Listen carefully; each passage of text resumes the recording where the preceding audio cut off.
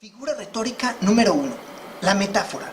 Esta es una figura de las más importantes, es la figura retórica por excelencia por su carácter embellecedor del idioma, embellecedor del lenguaje. Entonces tenemos, por ejemplo, que la metáfora es una figura retórica o literaria que consiste en identificar un término real con un término imaginario, con otro imaginario.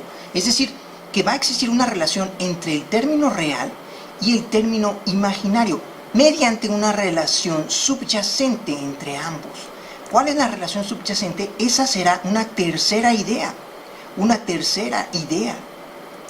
Esa tercera idea nos permitirá saber la relación entre lo real y lo imaginario. Muy bien, como por ejemplo aquí, tus cabellos oro. La parte real, tus cabellos de oro. La parte real es cabellos.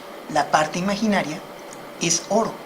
Y la parte subyacente es que los cabellos de oro significan que el cabello de esta persona es rubio, por el color amarillo que tiene el oro. Ahí está la relación subyacente entre cabellos y oro. Cabello rubio. Segunda figura retórica. En este caso vamos a hablar de la metonimia. La metonimia es una figura que se caracteriza por designar una cosa o idea con el nombre de otra. En este caso vamos a relacionar una cosa con otra, pero hacerlo con un sentido directo, pero al mismo tiempo con algo que se le relaciona. Por ejemplo, le hizo daño el sol. Eso quiere decir que el calor del sol es el que le hizo daño, no el sol propiamente. En designar una cosa o idea con el nombre de otra. Le hizo daño el sol. No quiere decir que directamente te haya hecho daño el sol, sino que fue el calor del sol lo que te hizo daño, ¿ok? Entonces se trata de designar una idea con el nombre de otra idea. Aquí no existe relación subyacente, sino que es una relación directa, pero al mismo tiempo entre una idea y otra idea. Por ejemplo aquí, el efecto por la causa, carece de pan. Esto significa que carece de trabajo. Otra de ellas es tomar una copa, significa que estás tomando el contenido de la copa. Por ejemplo, vino. Se comió 2 platos. Al decir se comió 2 platos estamos creando una metonimia. No quiere decir que nos hayamos comido 2 platos completos, sino que nos hemos comido o consumido el contenido de los 2 platos. ¿Bien? En este ejemplo, le pagó con 2 sorjuanas, significa que la metonimia nos va a permitir deducir a qué se refiere con 2 sorjuanas. En realidad no estamos pagando con 2 Sor Juana Inés de la Cruz.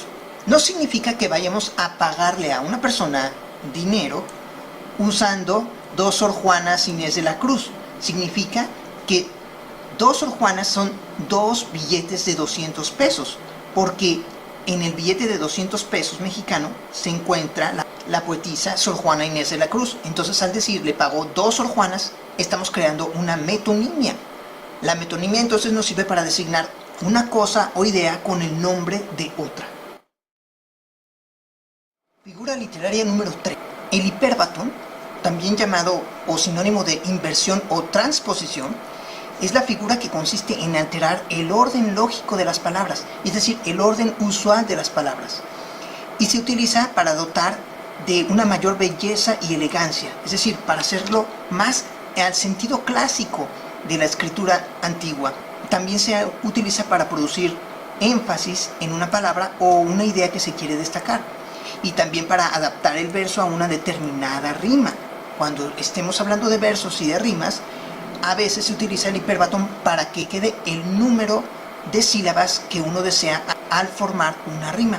Muy bien, entonces por ejemplo, volverán las oscuras golondrinas en tu balcón sus nidos a colgar. Aquí el hiperbatón es más que evidente porque todas las palabras están transpuestas. Quiere decir que están cambiadas en el orden lógico que normalmente usamos. Entonces, por ejemplo, podríamos usar las oscuras golondrinas volverán a colgar sus nidos en tu balcón. Muy bien. Eso significa que nosotros vamos a convertir, o para crear un hiperbatón podemos hacer esta transposición de palabras de modo que quede mucho más poético, más literario el sentido de lo que queremos transmitir. Así entonces es la alteración del orden sintáctico que se considera habitual y lógico de las palabras en una oración. Figura retórica número 4.